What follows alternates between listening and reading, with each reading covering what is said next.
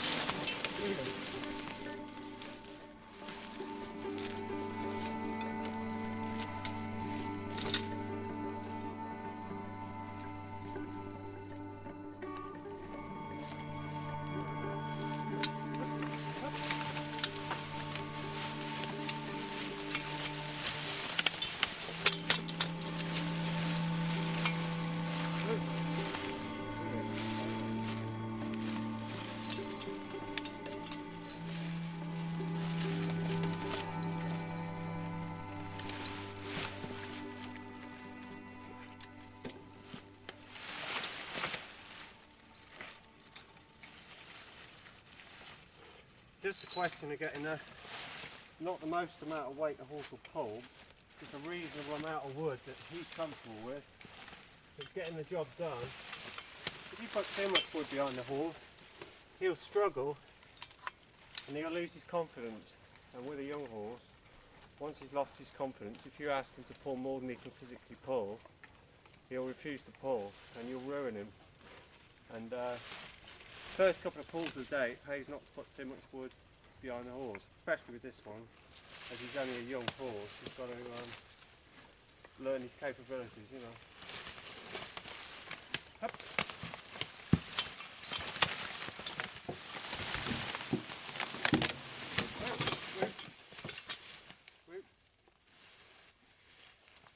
Come on.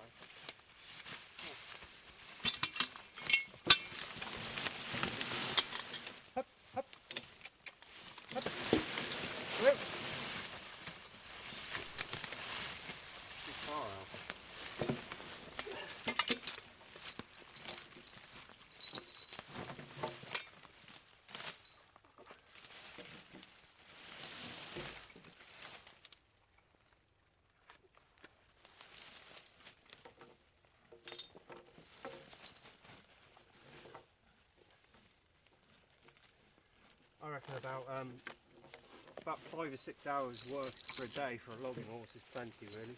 You want 2 horses and change horses every 2 hours or halfway through the day, really. And if you're working on steep banks, then really the horse has got to be exceptionally fit and the hours will be even less. Just going back up empty up a steep bank is harder than walking back down the hill with the wood for a horse. This part's quite level, so it's not quite 2 times the horse. Hup, hup. Whoa, whoa. Hup. Hup.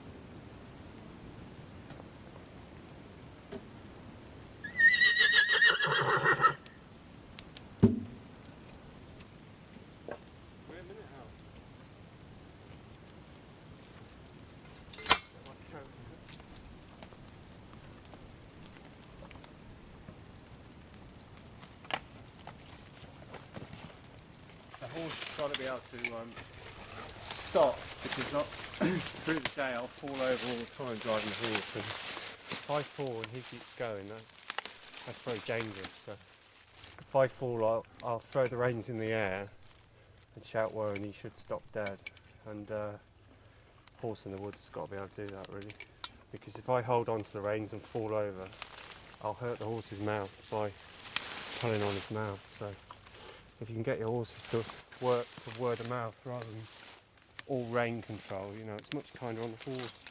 So that's quite important really. And keeping their speed down, not, you know, don't let them fly along too fast. Yeah, because you're moving quite quick, aren't you?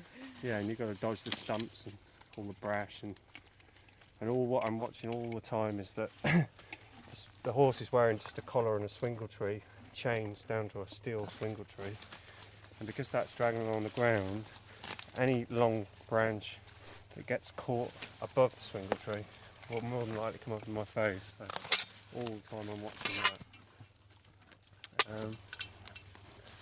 Yeah, we'll pull one more stick of wood. Come on then, Al. Up.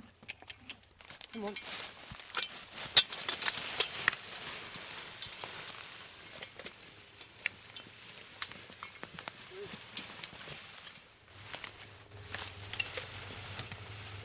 Come back.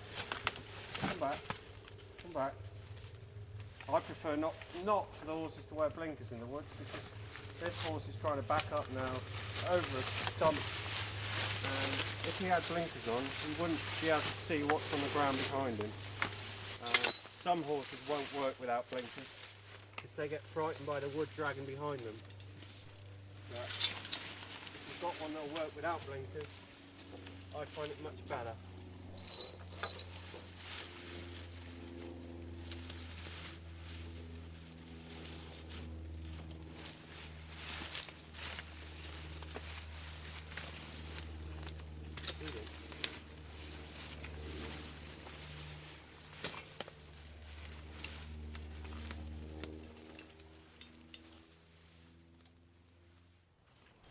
The work for the horse in the woods is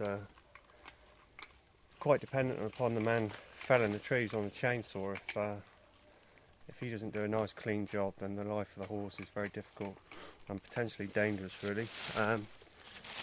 And because these trees have been pulled not by the butt end first, by the top end first, by the tip, any branch that's left on the tree, short branch, we call a sprag, would dig in the ground like a plough and stop the horse dead, which would be very bad for his back and bad for his confidence, and generally makes the life of the horse very uncomfortable. So all the branches must be cut off clean and the wood cut to sensible lengths and presented so you can get a chain on it with relative ease, and most important really.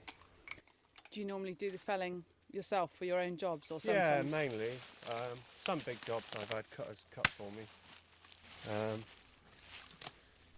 We did a big job at Powerstock Common, which was removing a lot of conifers, and I think altogether I removed 1,200 tonnes of wood there with horses, and I had cutters cutting for me there. And the main thing with conifers is to cut the trees in such a way that all the brash, all the branches ends up clear of the wood really, without moving any of it by hand. And we experimented and found different ways of doing that, where we could fell the tree and then roll the tree off the brash rather than move all the branches, which is very time consuming. And the stumps must be cut low, you know, so they're not a danger to the horse. In here, this is a coppice wood, which is hazel ash, birch, and a fair bit of hornbeam. And some of these stumps are left quite high, so they're going to shoot again, and they're more like a pollard really, which would make it very difficult to get a tractor in there, which is another good reason to use a horse, as the tractor wouldn't fit between the trees very easily. You know, you'd have to cut a lot more trees down to get a tractor just in here to get the wood out. And this is all thinnings going for firewood.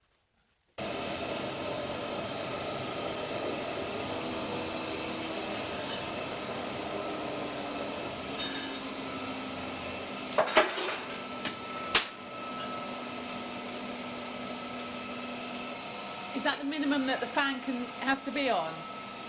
This coal's shit actually, it's too small. The other stuff we get normally is that big and he's had trouble getting it. And if you turn it up too high, it goes like a volcano. Yeah. No, only because obviously the noise, it might be harder to make out what you're saying. We can't turn it off, can we? Well, once I start making shoes, we turn it on and off all the time. Okay. So. All right. You're probably better to stand there actually. It's a bit dangerous now.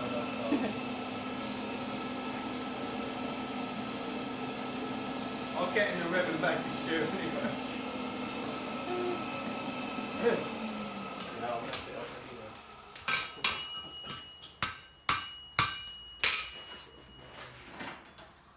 Maybe a repair for these.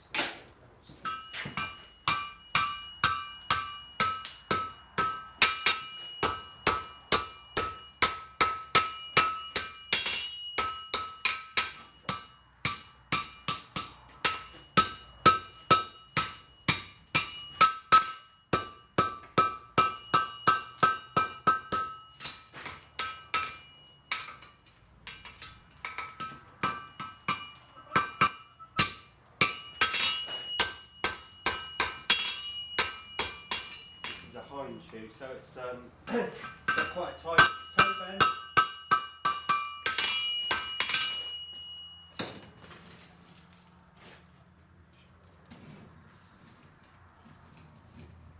End up making two left-hand shoes if you're not careful.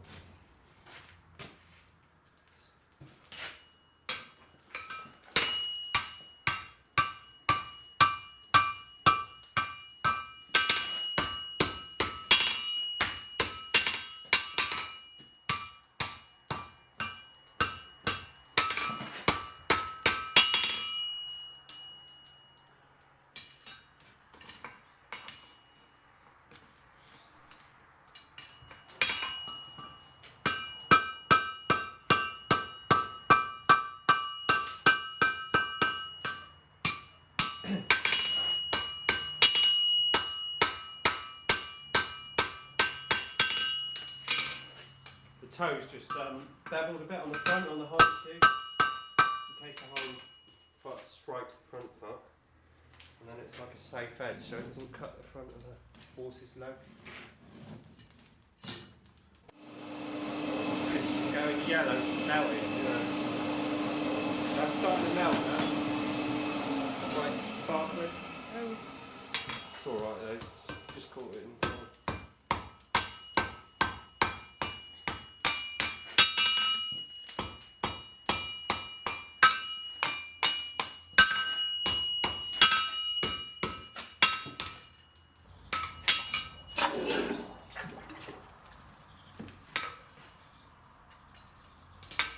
Is that because it starts to get too hot to hold? Yeah.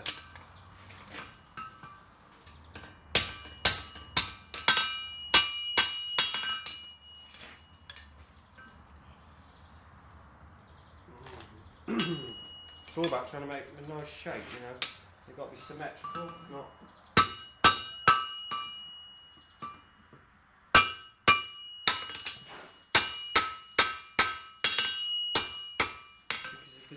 If the shoe's a bad shape, then the horse's foot will be a bad shape as well. So it's got to be a nice shape. I mean, later on, these are just made to a standard size, and when they're fitted to the horse, they'll get on to fit. But it's quite important to have the eye to make a nice shaped shoe, otherwise you won't have the eye to make a nice shaped foot. You know, can't wrap the foot. Can't wrap the foot to match the shoe, you know, you shouldn't do. The shoe should be made to fit the foot.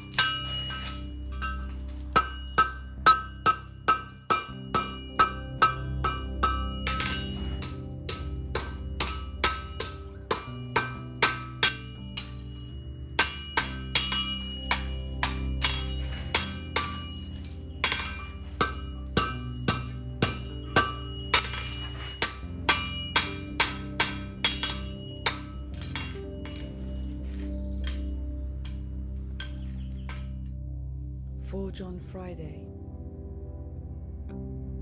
Moving among the stilled things of the forge, black dusted, neon lit, the dead coals drawn over the fire's live eye, the embers going under. 5:30, Friday, weak, weary, stiff lengths into the fire's heart. What happens out of our sight, this metal alters so.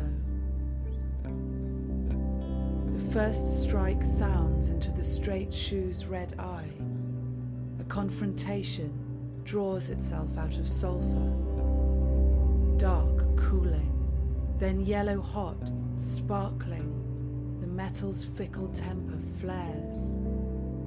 A strange courtship, this strict order of events, seeking for shape, striking through holes, beating wings or nothing, working to bind your shoe fast to movement.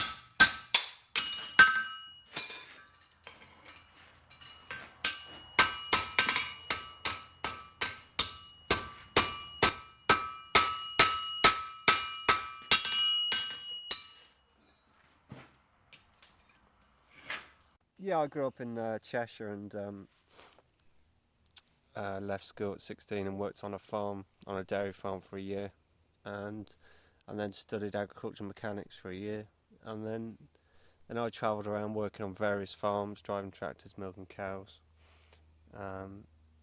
living in tied cottages on farms most of the time, and then when I was about 22. There were some horse-drawn caravans pulled up on a crossroads on a bit of common down from the farm I worked on. And I walked down there one night and all the wood smoke from their fires was all drifting down the road in the fog, and it looked very, very nice, very homely. And all these young lads had dogs and horses and it all seemed quite free, and I was working 7 days a week on a farm. And I used to take them some milk down every night, and so I had plenty of milk, the boss had plenty of milk, and that's what gave me the idea of horses, really. I bought a horse and a caravan and went on the road. I travelled around a lot, and we used to go up to Evesham and do the fruit picking every year, picking the plums and then the side apples till Christmas. And the girl I was with, we used to do that every year, and for a lot of years, and then I cycled past a field one day, and I noticed 5 big Shire horses, all shod, and all looked like they were working horses, because they were all regularly shod. Their feet were in good condition, and I cycled past again the week later and met this lady, and she said that they worked a farm with the horses, and were doing a small forestry job, and I was stopped on the grass verge up the road, and a week later they came past and asked me if I'd like to come and help to drive one of their horses. And that was Richard and Angela Gifford, who are very well known in the heavy horse world. And I went along and helped them, and drove horses for two days, extracting some big poplar saw logs, and thoroughly enjoyed it. And I thought, well, I've got the horses that are fit and able to work, and I had accommodation, my horse-drawn caravan, that I could travel around to the work and live in the woods, and I thought that'd suit me down to the ground, and not long after that I got my first job, thinning ash and beech near Shaftesbury.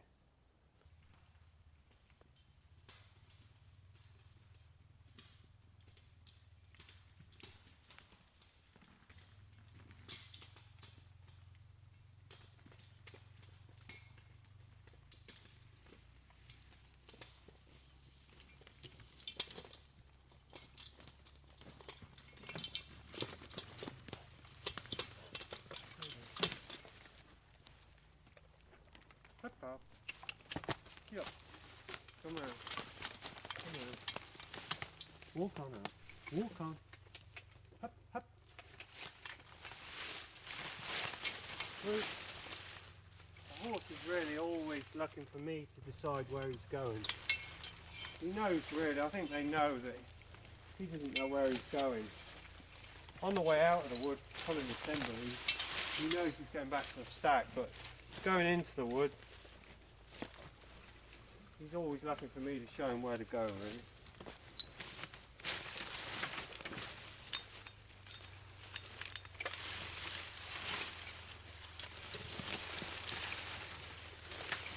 Really, you want to be in constant communication with your horse, so he knows what's expected of him.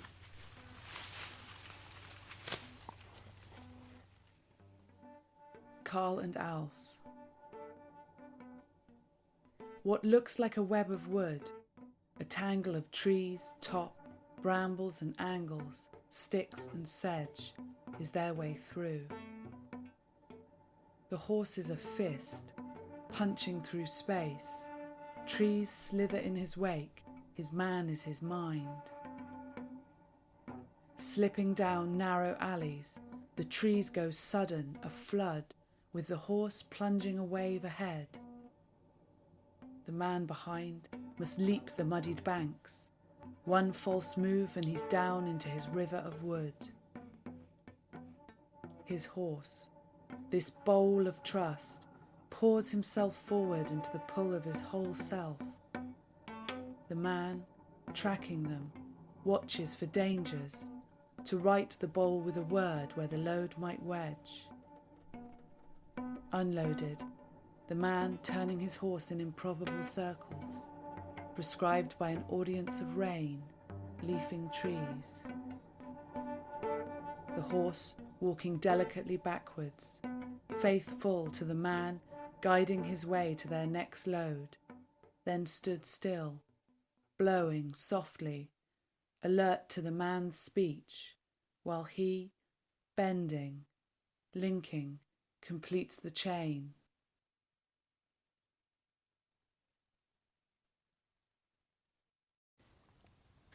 I've had some luck and started a farrier's apprenticeship over at Blandford for Mr. Bailey, and it's a 4-year apprenticeship to become a farrier and shoe horses.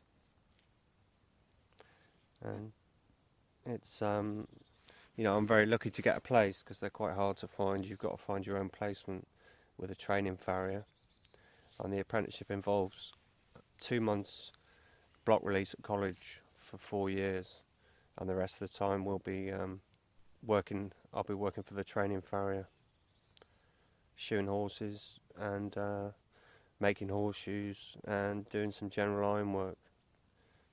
It's a very satisfying job, and it's varied. We travel to a lot of different stables and yards and meet a lot of people. And shoeing horses is a very skilled job, and it's a job where only the best will do. You can't shoe a horse and think that's good enough when you know it's not good enough. The horse has got to be shod to the best of your ability. So then, it gives you a lot of job satisfaction.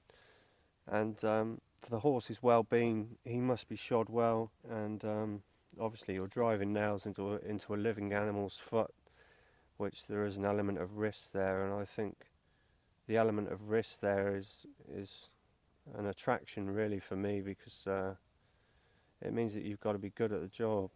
Otherwise, you're going to have a lame horse. We've got 2 fires in the forge.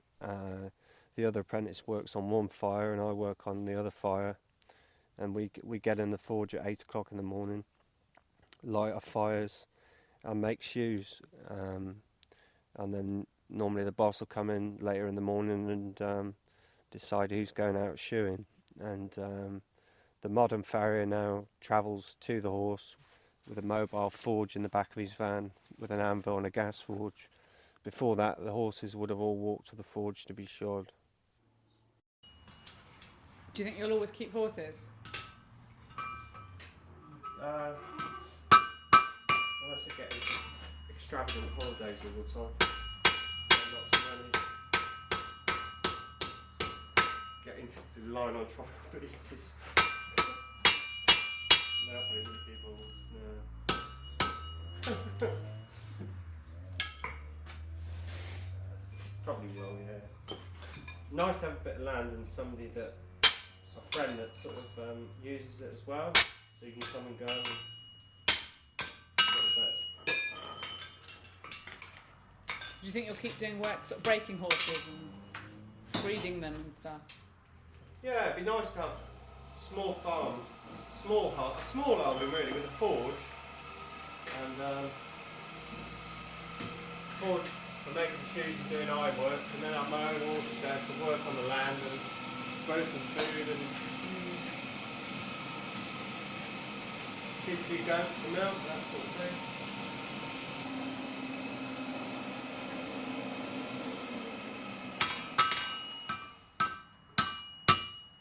Which are easier, front or back? Front shoes easier. Front shoes very round. The hind shoes more of a sort of coffin shape. It's quite a pointed toe really. And then it's quite straight for a bit.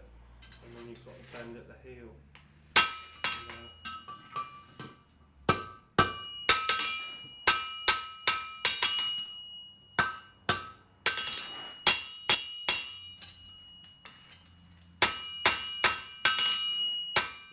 It's not just where you hit the shoe, it's where you hold it when you hit it as well.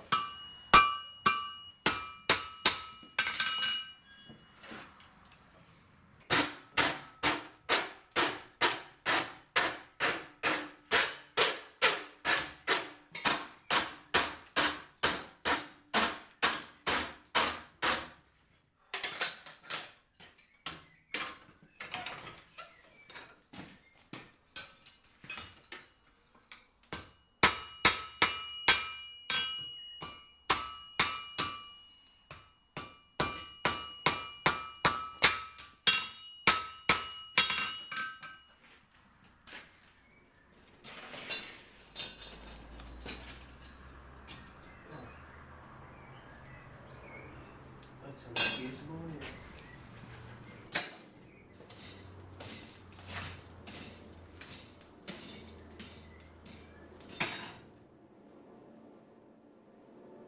Moving on. The door opens into a place where someone else is moving.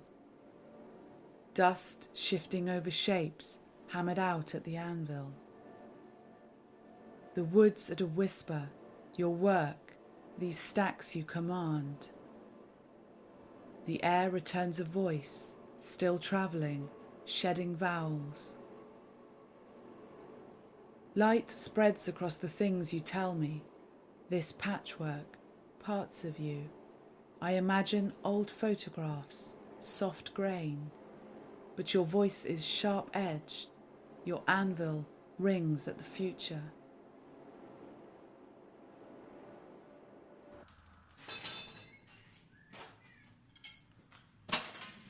How does that go out then? Just leave it, yeah, go out. It won't burn, it only burns. It burns with the air. Yeah.